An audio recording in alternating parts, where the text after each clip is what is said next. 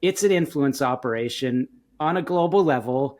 And the president, Jin Likun, was a Red Guard and, is a very, very elite, essentially senior Chinese Communist operative making dealings with, leaders around the world. What do you know?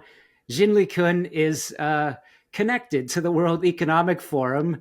And what do you know? He's connected to sort of a net zero initiative with the hero of our Liberal Party leadership race story, Mark Carney.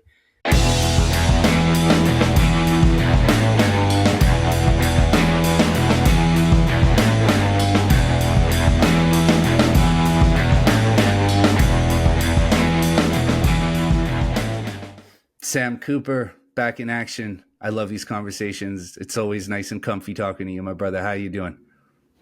I'm doing great. And I was thinking, because it's you, I can lean against my wall here, which I don't do with anyone else. So yeah, I'm a little bit comfortable here. Well, I'm glad I have a special place in your heart. Yeah.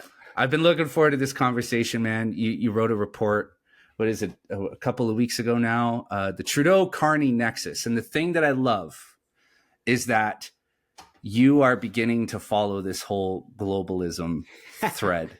And here's why I love it. Because almost. Yes, because it is very difficult to get guys like you to write about this stuff. And it's because they have been very successful in making the word globalism a bad word, and one that journalists like you who have integrity tend to stay away from because of the stigma around it. So I'm very happy to see somebody like yourself following this path and seeing where it leads. Let me comment on that. You're not the only one that there's people that I know close to me or colleagues that read a hell of a lot. And I remember, when I was in my newsroom in the province, there was a guy named Kent Spencer, bless his soul. He's not with us anymore, that had all the Kennedy books stacked up on his desk. And I was like, okay, conspiracy. But then he would tell me bit by bit, this and that. I was like, he's a smart guy. He's been a reporter for 40 years. He thinks there's something there. I got to give it a little time of day. But what I want to say is look, you and others have said you need to look at the World Economic Foundation. And I was like, okay, already even mentioning that, people say you need a tinfoil hat and, they're running the world. I'm like, there's going to be a time and a place, because I know, look, rich people flying in, a lot of them were involved in, the subprime crisis, Wall Street. A lot of them screwed Main Street in the US. It's multilateral, it's international. Of course, there's going to be influence and corruption, right? Yeah. But I'm not jumping on that this guy, whatever his name is, Klaus, runs the world. It's like, okay, there's going to be a time to pull a thread and see what's there. And I felt the time was Mark Carney is very clearly so involved. He's running as if he doesn't, as if basically he can step right into the prime minister's chair. And he seems to be acting that way.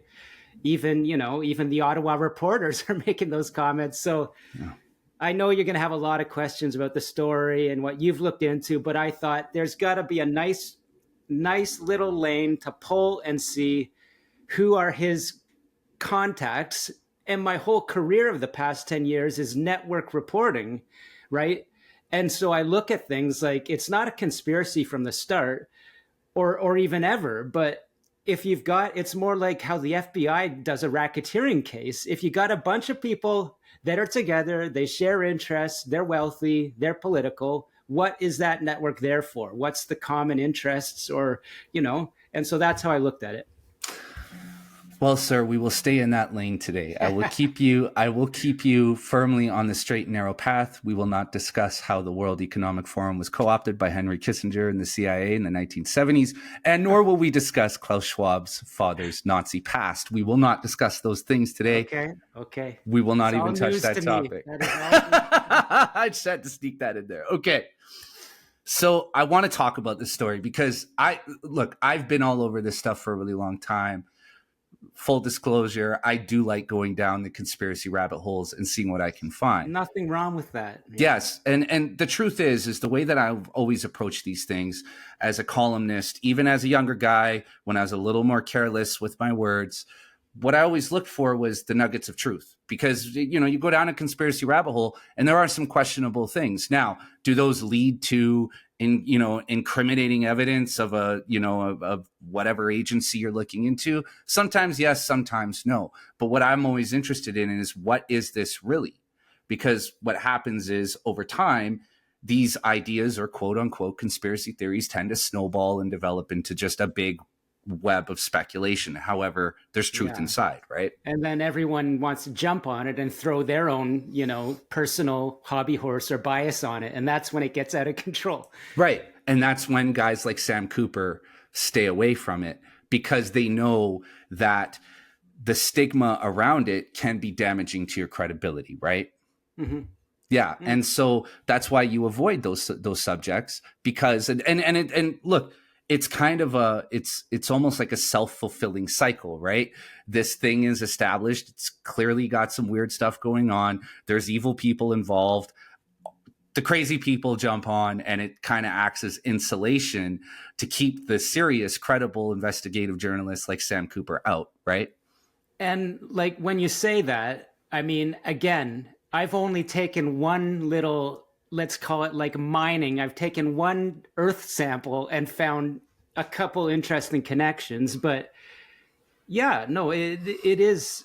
I really don't want to go in this direction, but I mean, when an operation is on, yeah, there are agencies that will go in there and throw out, some complete garbage and get people to jump on it and discredit and distract when there actually is something going on. So yeah, I mean, those are known cases. They do happen. Yeah. So that said, disclaimers out of the way. Let's explore this a little bit, because you dug in and you found some connections between Justin Trudeau, Mark Carney, the Asian Infrastructure Bank, and the World Economic Forum. So let's start to untangle that. What are these connections that you're finding? Yeah. And I mean, again, this isn't my long-term focus. So I bear with me if I'm not as, encyclopedic as I am on some other things. But again, my reason for looking at this was Mark Carney is running like the successor in chief, or, whatever you want to call him. It's already decided that he's going to lead that party. What do we know about him besides he had a great reputation at the Bank of Canada and taking credit for guiding Canada through that subprime crisis fallout, whether deserved or not? And so, what do we, as I have said, I have no question that the Liberal Party, deeply infiltrated by Chinese economic interests. We've talked about it in the Christmas special, going back 50 years, right? Yeah. At the highest levels, industrialists, lawyers, essentially the elite of, the Chinese Communist Party, and families with connections to powerful people in Quebec, as I put it, and how that connects to prime ministers. This is not conspiracy. It's 100% concrete evidence. And so if Carney is going to take over the seat of power of the Liberal Party, he's going to be supported by the same power structures in Quebec and Ottawa, with their West Coast sort of, let's call it like branch offices in Vancouver, Toronto. That's just how it is. And so I had to know, because I also knew that Mark Carney at the Bank of England had made some very deep dealings with the Bank of China, and even in speeches said how this was a good thing to help, to connect the United Kingdom with Chinese offshore banking operations and help the yuan, the Chinese yuan, become part of the global financial system, which might have sounded good in 2013. It probably sounded good to a lot of people. But now, as I know, this is facilitating essentially, Belt and Road features around the world. And as I've said before, as we've discussed, this leads to, trade-based money laundering, facilitating fentanyl, corruption, all kinds of things. So to jump to the point, I had already researched with a great Canadian communications executive, Bob Picard, who went in with eyes open into the Asia Infrastructure Investment Bank a couple years ago. and discovered that, the good faith that they claimed to have in Beijing of being, an honest multilateral sort of banking development structure for the world, especially the third world and global south, helping everyone catch up. It was a Chinese Communist Party operation, and Bob Picard had to essentially flee that circumstance. And I did a number of interviews with him, and he pointed to the president of that bank and a couple of people around that person in the president's office, and how, not to get off topic, there was a Chinese Communist Party operative that was basically tasked to keep an eye on Bob Picard. And so suddenly he gets the idea, no, there's nothing transparent about this. It's an influence operation on a global level. And the president, Jin Likun, was a Red Guard and, is a very, very elite, essentially senior Chinese Communist operative making dealings with, leaders around the world. What do you know? Jin Likun is connected to the World Economic Forum. And what do you know? He's connected to sort of a net zero initiative with the hero of our Liberal Party leadership race story, Mark Carney. So right there, there's enough, boom. It's like with my 10 plus years now in investigating Chinese Communist Party influence globally from the top, a multilateral bank, down to the mid-level Chinese organized crime infiltration of Canadian banks, I've got that territory covered. And a senior Chinese Communist Party operative is tight with Mark Carney through a net zero emissions reduction initiative, which brings in Michael Bloomberg, also with the World Economic Forum. Also, Bloomberg, incredible business interests in China. And by the way, part of my, young reporting journey was learning that a great reporter from Bloomberg that had to move on to the New York Times had his story at Bloomberg killed about how Xi Jinping and all kinds of the leaders of China were involved in massive offshore corruption. And so this is the type of thing that if Mr. Bloomberg and his news organization can kill that type of story, and they're together with Mark Carney, who is together with the head of the Asia Infrastructure Investment Bank, and they're all linked through the World Economic Forum. I say in network analysis, that is suggesting that this will be a very strong predictor of Mark Carney's sort of trade, economic, climate, social policies if and when he becomes prime minister. Yeah. And look, a lot of people think about the World Economic Forum as being like this Illuminati secret club that they all go to Davos and they huddle around in, tiny dark rooms and eat babies. But the truth is with the World Economic Forum, you can watch all their conferences, all their presentations on YouTube. Like you can. Yeah, that's my interest. I mean, right. Well, there's some interesting parties that go on around there, but I'm not that interested in that. I'm interested in policy. Right. Sam's not much of a drinker or a baby eater. But point is that it's not secret. It's right out in the open.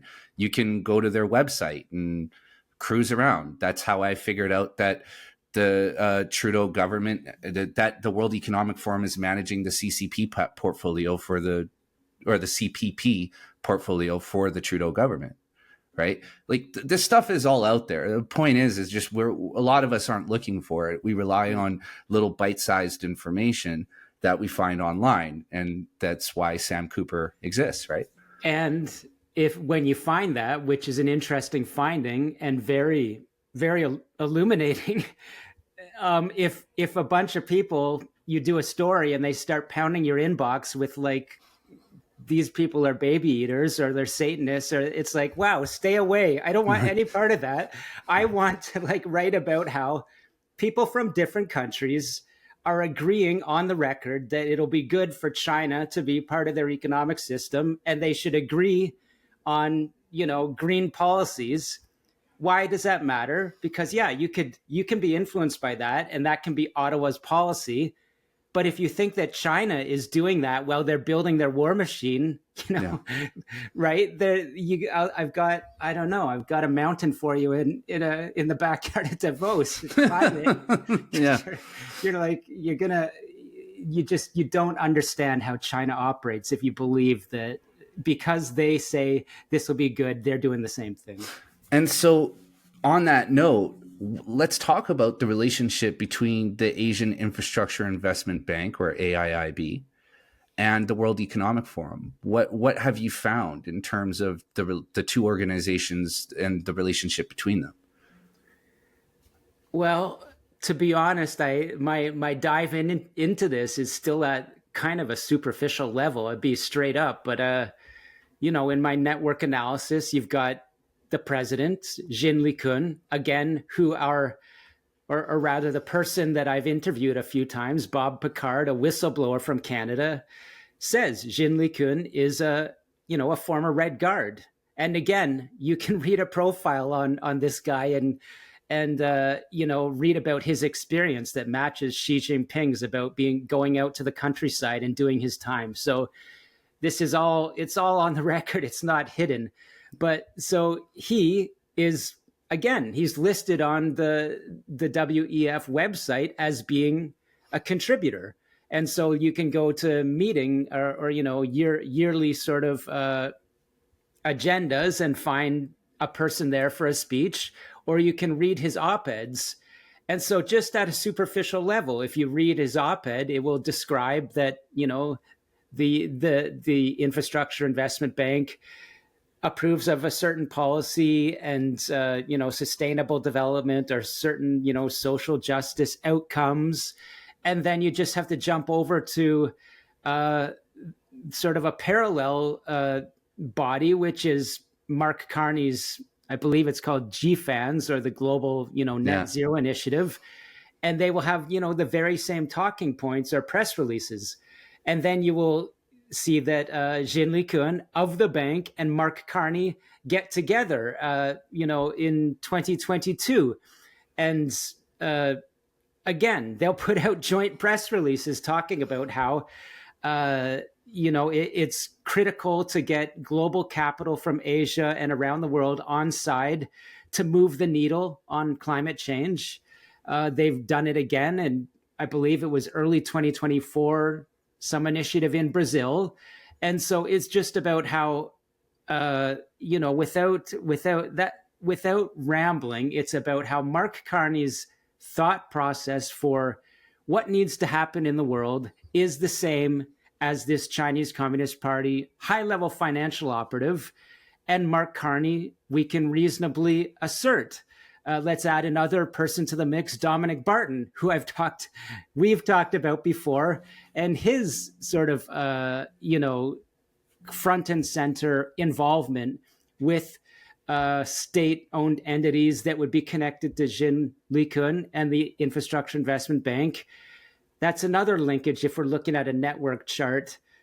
Barton linked to that and linked to the WEF as well. And so you just triangulate and you say, this is the policy that brings, let's just call them leaders and elites from different countries together. Yes, absolutely. And, it's not like there's no other clubs where these people get together and talk about policy or, net zero, whatever other scam they're running, which I've done a deep dive into this for people watching who are interested. My most recent episode with Michelle Sterling from Friends of Science. She broke down GFANZ and the net zero scheme, which really just amounts to a massive embezzlement and money laundering Ponzi scheme, right? It's moving money from the taxpayer into the accounts of the wealthy by the trillions, right? And they're facilitating these carbon cap and trades while making money on the trade itself and then wherever the money lands, right?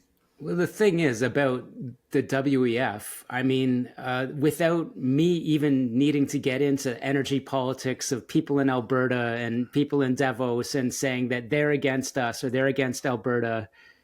Look, the people at the WEF are not there for necessarily altruistic reasons because they deeply believe the world needs to be changed. It's because these are the biggest investors in the world, and they have decided, okay, this is where the world is going for investments. And to make that level, to make top investor in the world money, you need to be there at the start and look 5, 10, 15, 20 years out and put your money down, in year one. So that's what they're doing. Let's put our money down in year one. Now they're 5 years out and they're still going to Davos, and they're making sure that governments around the world will follow that track. Again, do some of them believe it? Yeah. I mean, I don't want to get into the climate change debate. Some of them, I'm sure, they really feel that in their heart, but they put the money down, and that's why they're there, right? You can't deny that. Yeah. And look, we don't have to have the climate change debate, because what this is so when you crack this open, and I'm sure you discovered this as you were doing your own reading, when you crack this open, what you find is China under every single stone. Every stone you turn over, there's somebody from the Asian Infrastructure Investment Bank. There's somebody from the Canada-China Business Council. They're all seem to be really deeply woven into this, right? So, and that's what I've really been interested in. What I've been interested in all along is not the World Economic Forum itself. It's a circle jerk for investors and billionaires to go to Davos and, hang out and talk about what they're doing in the world. What I'm interested in is what is behind it, because there's something behind it that's bringing all these people together. Question. No question at all. So when we talked about the Christmas special of 50 years of China capture of Canada, absolutely. The Desmarais family, Power Corporation, I believe, you talk to Andy Lee and others that have done, some posts on X about, I think it's called Lion Electric, one of these, Power Corporation, Power Financial, green companies. Yeah, of course. They have co-investments with senior Chinese Communist Party people and state entities. And these are, you talked about turning over stones at the forum. And those are people that, again, I mean, they are involved in influence operations with the power corporations, the Desmarais, or the people, from the United States and Europe that are involved in those multilateral international investments. And again, some of them, I'm sure, believe in what they're doing and want to feel good about making billions of dollars. But China, in its green policy, they have only one real objective right now driving them, and that's building up their war capacity. Yeah, and that's it. And see, and they're not looking at the emissions on the destroyers that they're building right now. That's it. Like, it's like China and green policy shouldn't even be in the same paragraph together, because they're not interested in climate change or whatever environmental projects may be ongoing around the world. And so when I see this, I think to myself, well, why are they so involved then? And why are they right? So Sam, break it down for me. Yeah. There's only one answer. You can see Gerald Butts, tweeting, or, his, to connect another dot, his Bremer with the Eurasian Council, this little shop that brought in Evan Solomon from CBC. Now I'm going to start to sound like the crazy guy making the connections. But the point is that when they tweet, and they do, about, China's leading the world in sort of the pivot to green technologies, I don't think they're that stupid to not understand that China is involved in these things to bring in elite investors from, elite offices around the world and involve them in influence. That's it. That's it. China, the Chinese Communist Party, I mean, the greenwashing that they do is just a lot more easy to understand than anyone else in the world doing greenwashing, because everything the party does at core is basically a military operation. And that's what's most terrifying about it, is that just through my conversations with you, my own reading Willful Blindness, which you can buy on Amazon, by the way, people. That the conclusion that I've found in my own mind is that, and I've spoken to, again, U.S. military intelligence guys who tell me the same thing. That what China is really after is they want to be the world power by 2049. It's a very symbolic year for them because it will be 100 years of the Chinese Communist Party. And so they are racing toward achieving that by that date, which puts us 24 years away. And Sam, as stupid as it sounds, like, how much is that a factor in all this? It's the only factor. If Xi Jinping, in every key speech that, sinologists watch, they watch them yearly or, bi-yearly, and he'll come out and say, 1 year, the great rejuvenation of the Chinese nation must occur, and that involves the peaceful reunification of our province, Taiwan, and yet we will not rule out force if we, blah, blah, blah. And then the next year, it's more like,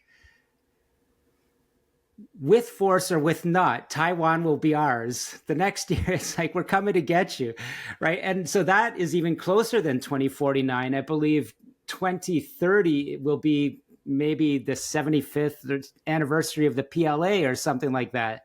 So that's even 2027. I mean, a little scrambled on my Xi Jinping timelines right now, but those are everything.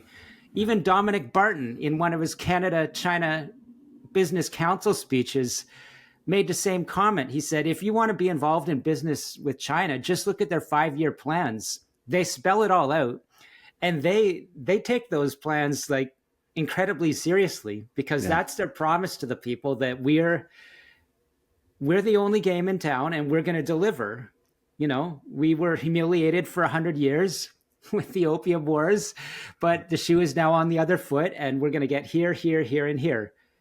And so when you say 2049 or 2030, or Taiwan's going to be ours likely within 2 years, that's where we are right now.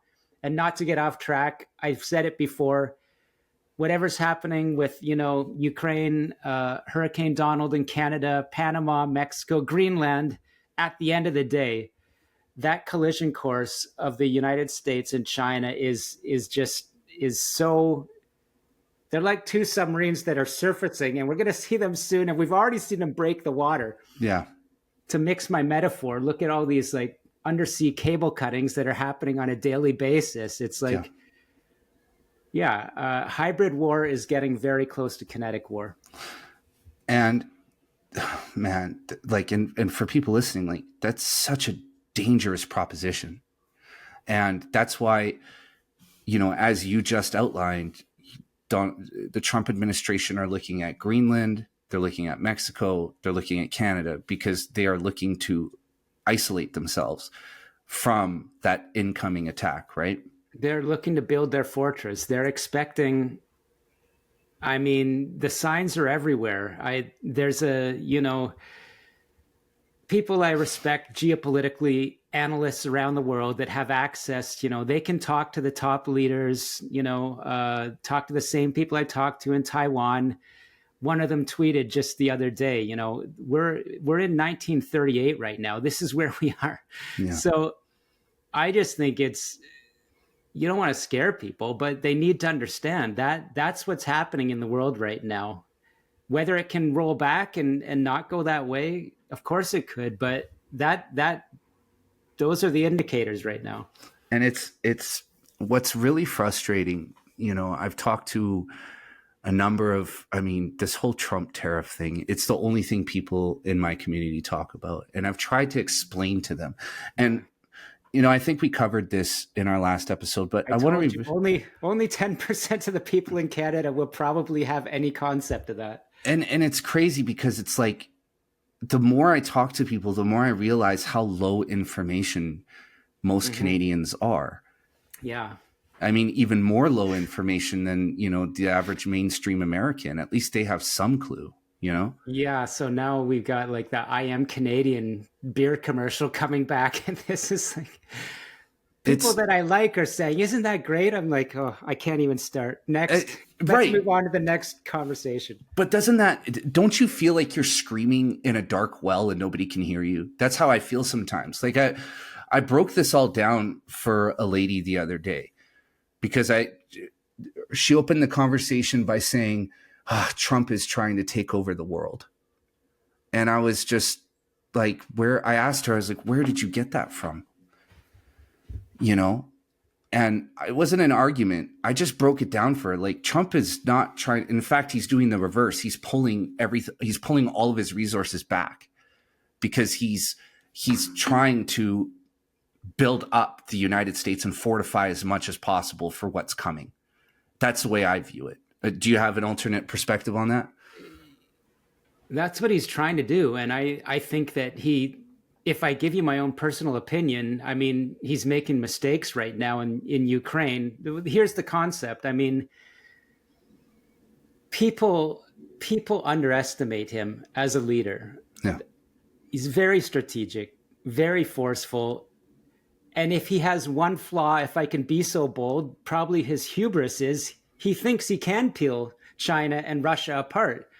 And that will get to the goal that the United States, if it has to fight the dark powers of the world, China, Russia, Iran, that's a hard battle, right? I mean, so they're taking, as we said before, they're kind of trying to reshape the world as much as they can for that battle right now. And that's what's disrupting everyone. But I mean, I do think it's a mistake that's happening with Ukraine. We could debate this a lot, but I agree that it's not just Donald Trump that is saying that, we need to draw in and prepare for that conflict. This is the whole U.S. This is bipartisan, basically. Whatever you see on the political level, they know this is coming. And this is why, we've got a bipartisan congressional committee on the CCP that, as in media last year was reporting, they now say the CCP intentionally sending fentanyl into North America, blah, blah, blah. Right? So this is the U.S. state preparing for war. And I do think that I just can't endorse the way he's going about what he's doing in Canada, because so many people are confused. If he was doing it better, there wouldn't be so many people confused about and feeling so offended. They'd know that, okay, Biden, Obama, now Trump, they don't trust what's going in Ottawa. It's not about the Canadian people, but the way he's gone about it now, and not just kind of like low information liberal partisans. A lot of people have adopted that opinion that he's against us. He wants to take us over, and they can't understand, No, at the end of the day, this is about China.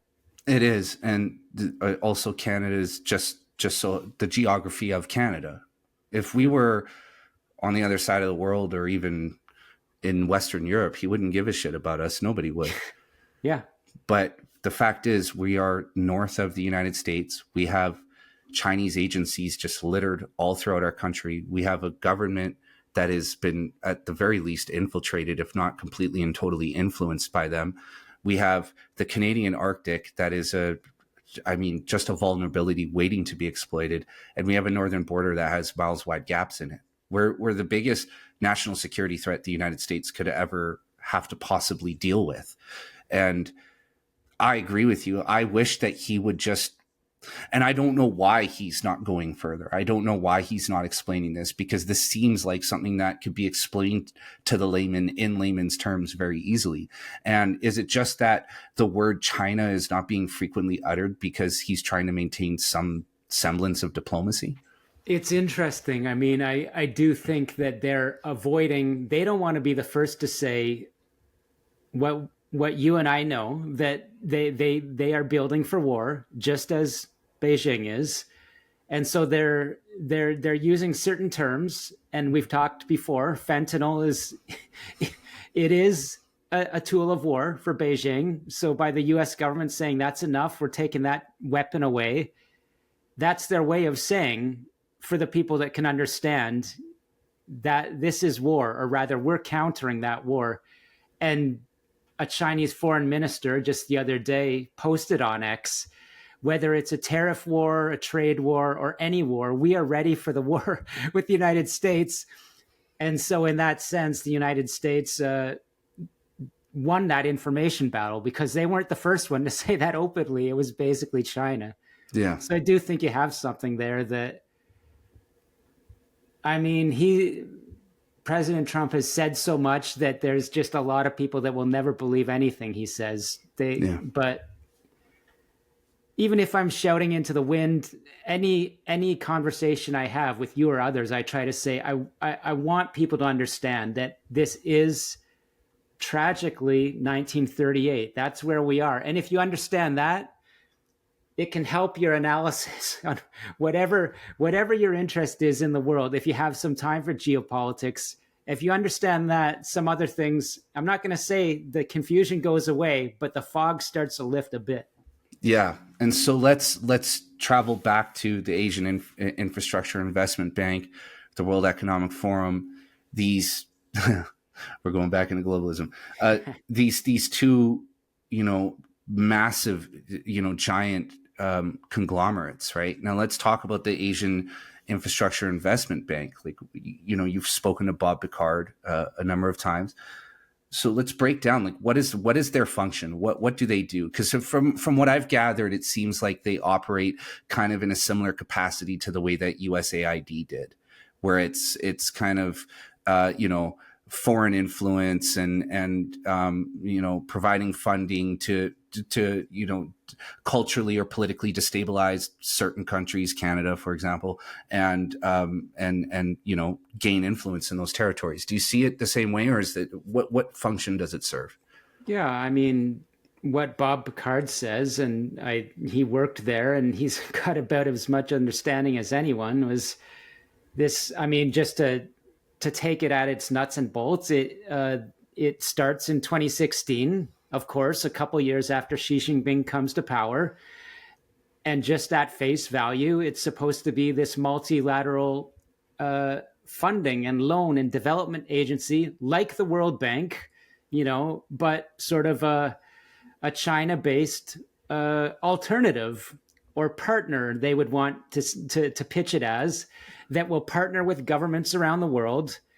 And so I believe there were 100 member countries, and then China and Russia had most of the interest. Of course, China the most, being basically the host, and then all these other national contributors provide funding, if we want to see it like a corporation. And the bank and its governance will go around the world, mostly the global south, third world countries, and say, we would like to help you, build that infrastructure project that you've been after. And, they provide funding and guidance, and the project happens. That's how it's supposed to work. And then they have all these sustainability, social vision that it rather they're, whatever they develop, they're going to pledge that this isn't going to extract from, the local workers, blah, blah, blah. But at the end of the day, as Bob says, they're just trying to provide a front for their soft power argument that they can be an alternative world leader equal to the United States and whatever Western sort of multilateral institutions. But as that takes place, these they say they're completely separate from the Belt and Road, which is another sort of piece of Xi Jinping's puzzle. But they're not. They blur the lines, and then it ends up being an influence operation. So once they're, funding your infrastructure project, if you're in Sri Lanka or something, a lot of bad stuff starts to happen, in a nutshell. So it's about, at the end of the day, Bob Picard, it's about them getting to that 2049 goal of being the world hegemonic leader and overtaking the United States. So to do that, they need those institutions like a USAID or like a World Bank, whatever you want to see whether you see those entities as not good in themselves, of course they're involved in the influence of the government that funds them. Yeah, and just to kind of break this down for people, because this is how USAID and the World Bank and the International Monetary Fund have classically operated on behalf of the US government.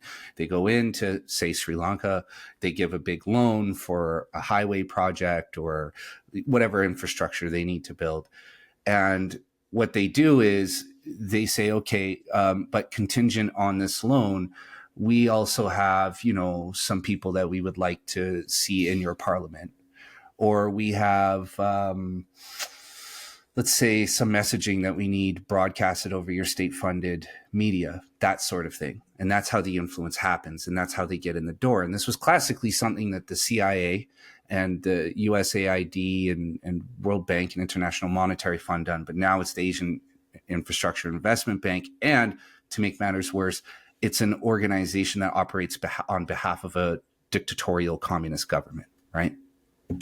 That's the thing. Whatever the CIA is doing, and they're doing some wacky and crazy stuff, and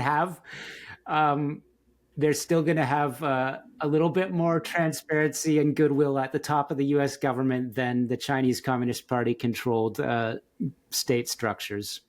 That's right. My argument. No, and I agree there. Look, all this stuff is dirty and gross, right? No matter where it's coming from. But you do kind of, if you're going to be in that sort of position, if you're going to be bent over, you kind of want the leader of the free world doing it rather than a globalist communist regime, right? And so to take it to the next step, we talked about this earlier, but the relationship between the Asian Infrastructure Investment Bank and the World Economic Forum is an interesting one. And do you see the AIIB through their policy? You said that their policy is fairly symmetrical with the World Economic Forum policy, right? Yeah, and I mean, I don't know if they. Again, I want to stress that I've only taken my initial look into this Davos entity, but when you look at sort of the governance, you go to the website of the Infrastructure Investment Bank and their values and policies they say they will follow. You can do a copy paste and put it over to the World Economic Forum and find similarities, right? And so what does that prove? I don't know. It kind of like on a surface level, it says they're going to follow the same policies. And did that is the Infrastructure Investment Bank, look at that and say, okay, this will be a great thing for our Chinese communist operations to start interacting with people over there. How do we do that? Of course, we pitch the same values. Yeah, that works. I mean, I'm just spitballing here. Is anything else going on? Remains to be seen from my side.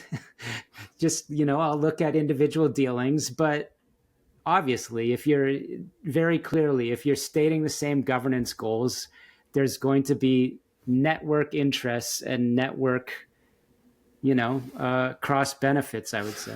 The reason why I asked that question is because I just, again, through my own reading, have kind of come to the conclusion that what is happening at the World Economic Forum is largely guided by China, if not in totem. And the reason I say that is because what we've seen happen in the West over the last 10 or so years was a cultural revolution that very closely mirrored that of Mao and the Chinese Communist Party in 1949, right? Not in 1949, in the 1950s and 60s. And that what I see coming out of people like Bill Gates and, all of the names, the conspiracy theory guy names, right, is these ideas that very much closely mirror what looks like the Great Leap Forward, just, technocratic in nature.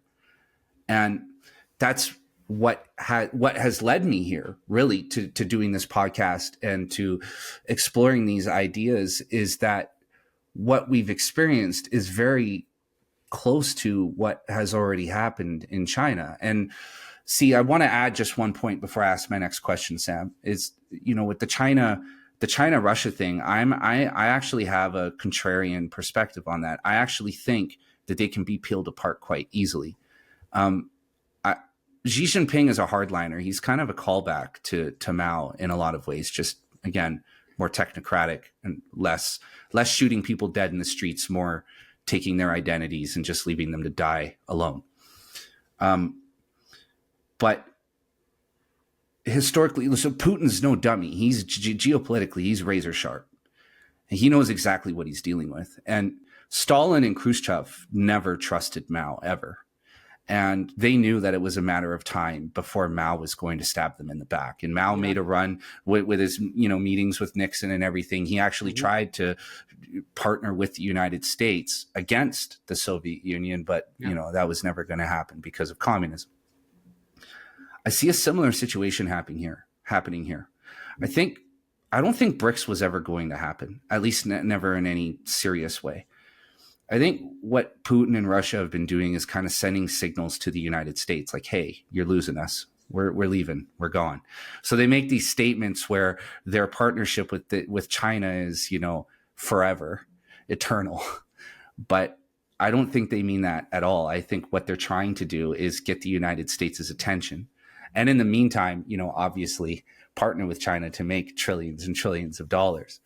But I think that I think Putin is way too smart. And I think that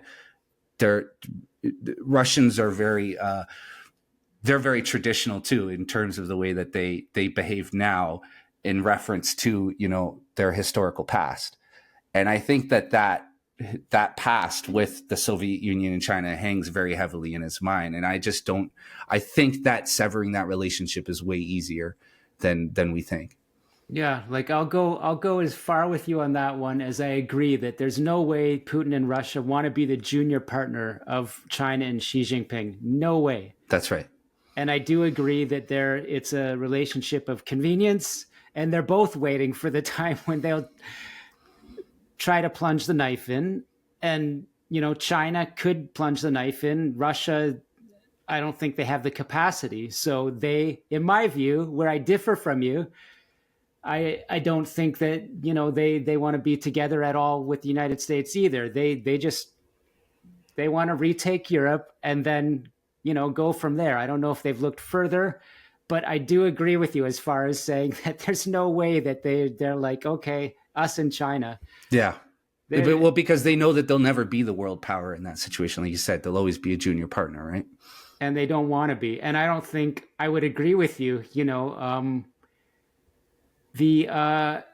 there's a great clip on YouTube now, from my view, of a former MI6 leader, and he says, what we have, however you look at them, we're back to like kind of a strongman thing in the world, and he puts Trump as a strongman, Xi and Putin, and I don't think any three of those ones wants to see the other one being the strongman.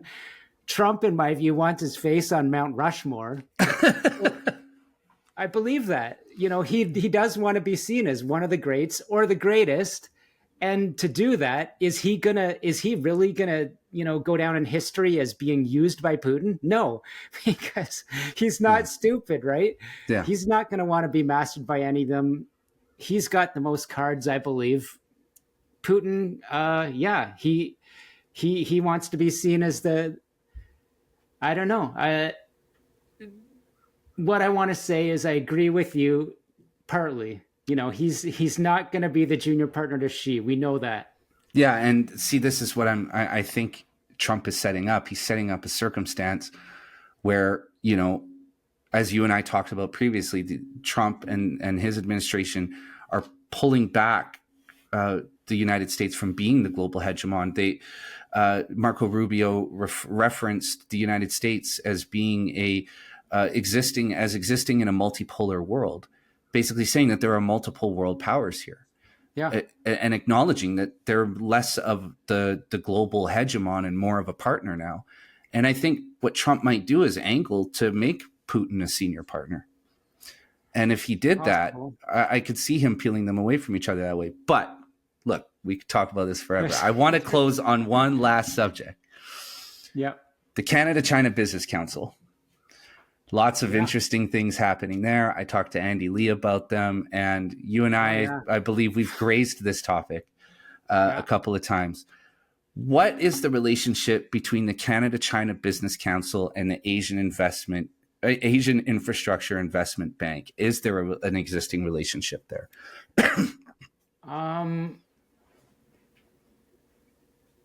There has to be, just because of what the Canada-China Business Council is and what the Infrastructure Investment Bank is. But I mean, I haven't looked at that specific angle. What I have looked at is the Canada-China Business Council, Power Corporation being kind of the senior partner there. And then you have a bunch of Canadian banks and other sort of industrial leading entities. As we talked about before, they would be directly in direct business to business, entity to entity relationships with Chinese state-owned enterprises, Chinese shipping entities, and at the end of the day, you know, Bank of China, and, you know, as I've said before, if you're working with Chinese state-owned entities, you're working with people that, you know, ship into ports around the world. You're working with people that own ports in Panama, Vancouver, etc. You're working with the People's Liberation Army and Chinese intelligence entities. And so I can't give you that much clarity on Asia Infrastructure Investment Bank, but it's just, I don't know, it's a blob on top of those Chinese state-owned entities mixed with an intelligence operation.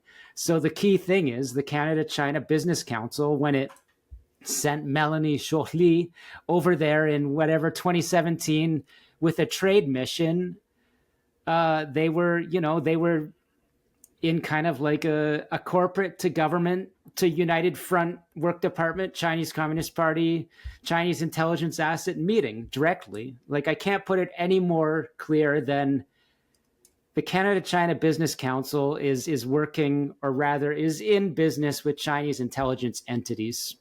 And therefore it's a subject of influence and it's involved in influence. Okay. And I just want to draw one last connection here, because really what I'm trying to do is I'm trying to draw the lines between all these groups so that the listeners understand, right? Because the hard thing is, I think for most people, is dissecting this all, because there's so many names, so many groups.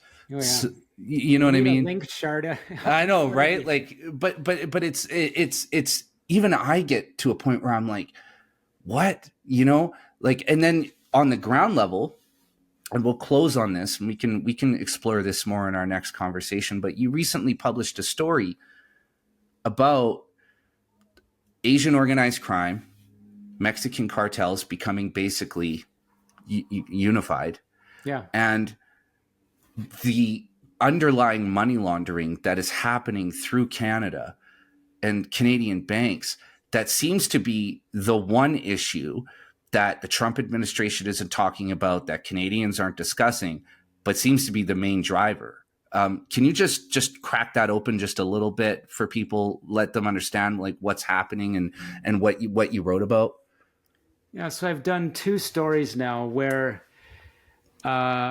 again, in relationship to these stunning sanctions against Canada, people trying to understand, is it about fentanyl or is it about the United States trying to make us the 51st state, or, you know, strengthen their trade, bring factories back? Well, it's about a few of those things. It's about, you know, it is about, as I've said, Fortress America, right? Drawing in and controlling supply chains, because, as I've written, Canadian police experts say that you can't separate fentanyl and its precursors from the global trade that's going between Canada, China, Mexico, and the United States.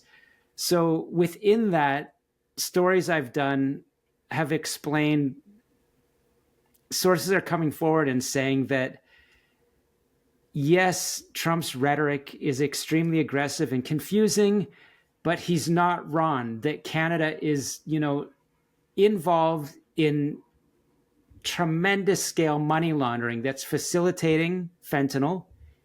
This involves our real estate market, our banks, and in our lack of capacity to investigate that, and in the US government in quiet back channel conversations sort of coming to the Canadian government and saying, you got some problems in your kind of anti-money laundering, you got some problems in not being able to prosecute serious organized crime from China and Mexico, you've got some problems in not being able to push back against Chinese United Front interference networks. We are concerned about that. What are you going to do? And Canada does nothing. It just brings a whole new level of concern when Justin Trudeau, as I've said many times, is constantly seen in fundraising sort of meetings with the very same people from China that the United States government is concerned with. The RCMP is concerned with, although they can do nothing. CSIS is concerned with, although they can do nothing. And this is what the Chinese election interference story is about. Trudeau, you need to do something. These people are not just donating to you, they're trying to cultivate you. Furthermore, they're involved in global, trade-based money laundering, which is connected to, I'm saying, fentanyl trafficking, and you've done nothing. That raises concerns with the RCMP, although they can do nothing. And that raises concerns with the United States government. That's what my recent stories have, continued to explain. And there's no one else that, has, I guess, the sources in Canadian and US government that are saying surveillance of Trudeau with these Chinese figures is concerning, and yet it's strange. Nothing is changing in Canada. Why is that? And just to clarify, why can't law enforcement agencies do anything? And do you think that this was a motivator behind Trump demanding that a joint Canadian-American task force be created in order to target this? Do you think that what I'm trying to say is do you think that he's so aware of this that he needed to find a way to get American law enforcement into Canada to both surveil and, go after this stuff?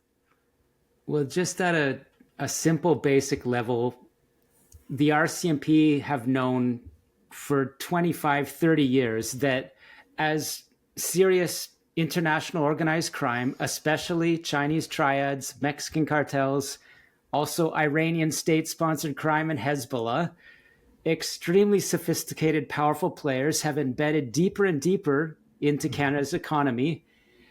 The RCMP doesn't have the capacity to prosecute. Our courts don't have the capacity to handle cases because, essentially, to make it simple, our Charter of Rights acts as a block on the RCMP being able to, at a simple level to explain, throw wiretaps on Sinaloa cartel bosses in Vancouver or Toronto, or to, infiltrate, Chinese triad networks, because the laws that are protecting, whether you're a gangster or a citizen, the Charter of Rights, prevents government from having,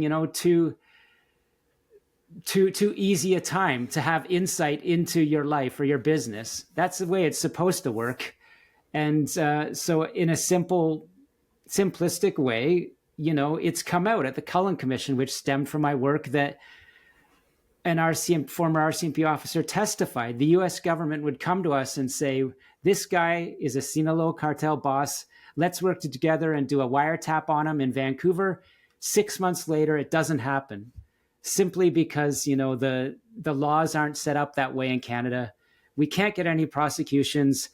And as we've talked about, even Mayor Brad West in 2023 with Antony Blinken of the Secretary of State, they had a conversation of these same issues. You cannot in Canada prosecute serious organized crime. You don't have a Anti-Racketeering Act. And these are just like gaps and, loopholes in all your laws. So that's what it is. I mean, is that driving what Trump is doing at a high level? I don't know, but it's what we've been hearing from the Americans for a long, long time, and nothing's been fixed. Yeah, well, and we can close on this. What stood out to me was when Trump was talking about banks, because he's been saying a lot, you know, Canadian banks are all over the United States. They can do business in the US. However, American banks aren't allowed in Canada. So he's dropping a hint there that he's got his eye on banks, right? I would agree. And you remember the conversation I had with Mark Carney just after our Christmas special on Chinese influence. And he said, look, the United States government knows how captured your economic system is, and yet they're the ones that had to prosecute the TD Bank case. There's so many other cases.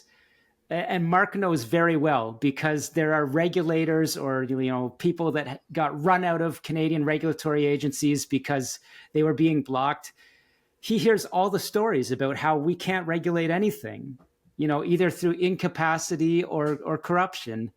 And so he's saying the US government wants some sort of partnership with banking, because they now understand that's the only way that, you know, they'll be able to have some sort of influence on this massive system that's, you know, being leveraged against them in Canada.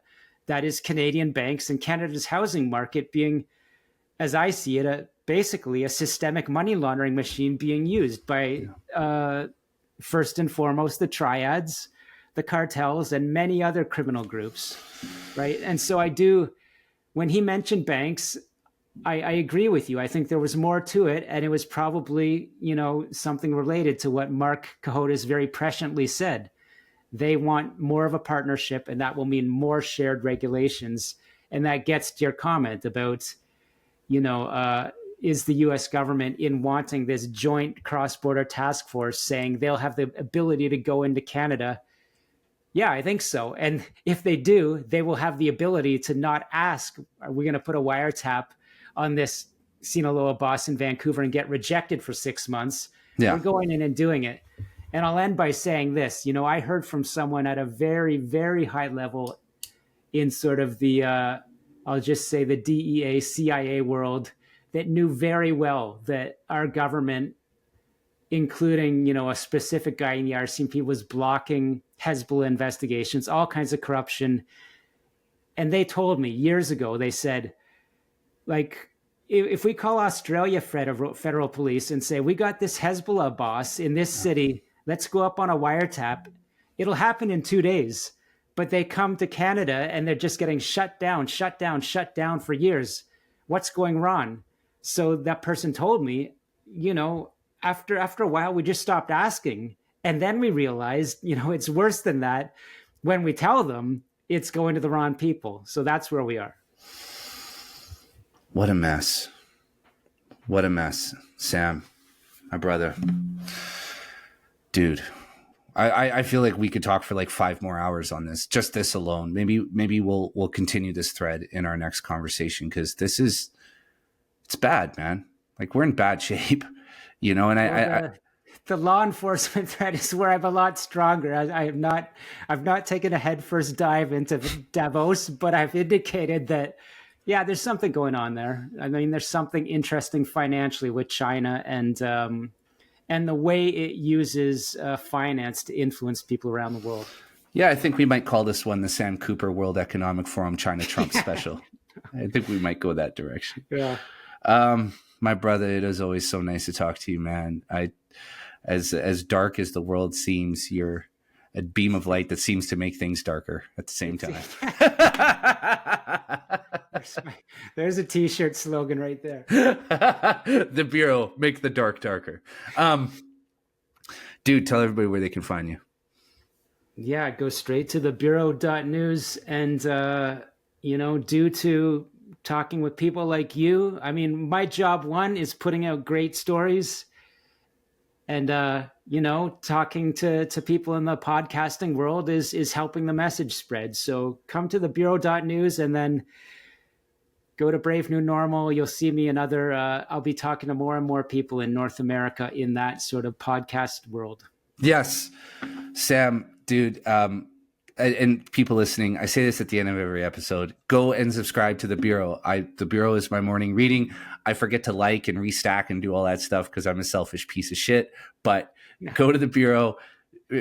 Honestly, like everything that you need to know about what's happening in Canada and the outer world is there. And Sam is assembling this wonderful team of writers. I think he had Gary Clement on again recently. He wrote a piece. Fantastic stuff. Like, it's becoming a newspaper. It's becoming more than just Sam's investigative journalism. There's lots of editorial stuff there. It's beautiful. Sam, I love seeing what it's becoming. I love seeing your face everywhere. I love seeing you on every podcast. I love that you and I built these things together. Like I said before we started, yours was already in existence and successful, but it feels like you and I have kind of grown up together over the last year and a half. And I'm very, very, very fortunate to call you a friend. I'm very, very fortunate to have access to what the Bureau has to offer. And people listening, you too can have access at thebureau.news. Sign up as a paid subscriber. Help Sam keep the lights on, help keep this thing going. And don't forget to follow Sam on X at Scooper Cooper. I am a habitual refresher of his feed, and if you follow him, you will be too. Sam, my brother, should we do this again in a few weeks? I think we got to. All right, man. Well, until then, my brother, it's always nice to talk to you. Yeah, take care.